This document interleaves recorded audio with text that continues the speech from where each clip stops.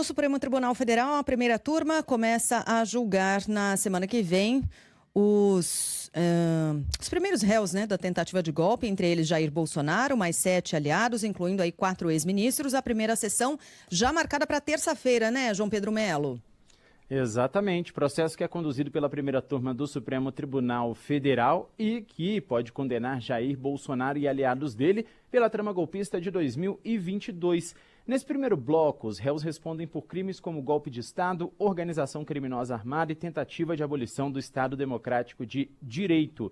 Entre os acusados estão militares, ex-ministros e o ex-ajudante de ordens de Jair Bolsonaro, tenente-coronel Mauro Cid. O ministro Cristiano Zanin vai abrir a sessão e depois o procurador-geral da República, Paulo Gonet, faz uma acusação por até o período de 1 hora. Na sequência, vêm os advogados da defesa e, por fim, aí sim a votação. Essa decisão será por maioria, 3 dos 5 ministros precisam concordar pelas condenações e pela ordem, o primeiro a votar é Alexandre de Moraes. Depois, Flávio Dino, Luiz Fux, Carmen Lúcia e, por fim, Cristiano Zanin. Professor de Direito Constitucional da Universidade Federal Fluminense, Gustavo Sampaio, explica que a tendência é de condenação para a maior parte dos mais de 30 réus. Para ele, a chance de um ministro pedir vista, ou seja, mais tempo para analisar essa questão, é pequena. Vamos ouvi-lo. O processo foi muito publicizado, transparente, foram ouvidas todas as partes. É um processo conhecidíssimo pela sociedade, quanto mais pelos juízes da primeira turma do Supremo Tribunal Federal. Então há uma boa expectativa de que nenhum dos ministros requeira vista. Com relação a esse assunto, havia ali uma expectativa de que algum ministro pedisse vista, então é o que disse o professor agora, né? Bom, o STF é a última instância da justiça. Depois da condenação, espera-se que as penas comecem a ser cumpridas de forma imediata, só que se a votação não for unânime, ou seja, em vez dos votos dos 5 ministros, apenas os da maioria, a defesa pode pedir como recurso os embargos infringentes. E é isso que explica agora o professor.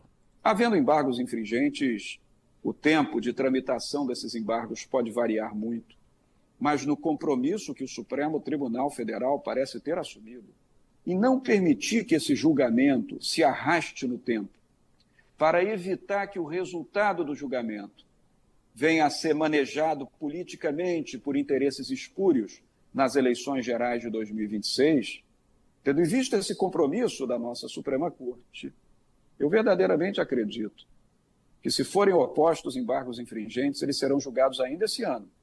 Bom, pessoal, há ainda outros 3 núcleos a serem julgados pela primeira turma e a gente destaca o seguinte, por fim, que esse julgamento em que Jair Bolsonaro é acusado, né, de uma tentativa de golpe de Estado virou destaque na revista britânica The Economist. O ex-presidente está sendo representado na capa da publicação pintado em verde e amarelo, numa alusão ao Viking do Capitólio. Foi assim que ficou conhecido o homem que se tornou um dos símbolos da invasão ao Congresso americano em janeiro de 2021.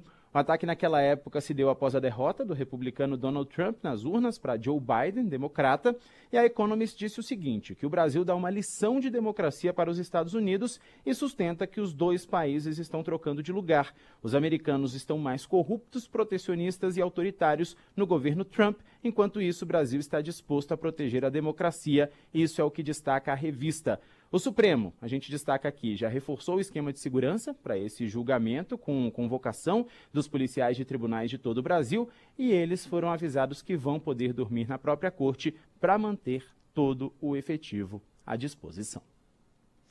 Que orgulho, hein? O Brasil aparecendo na capa da Economist, de novo.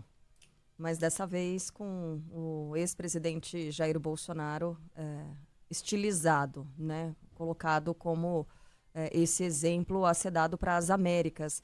E aí vira e mexe, a gente se pergunta, né? Será que o mundo está assistindo para o que está acontecendo aqui? Será que está repercutindo fora do Brasil? Tá, né? E é desse jeito que tá repercutindo.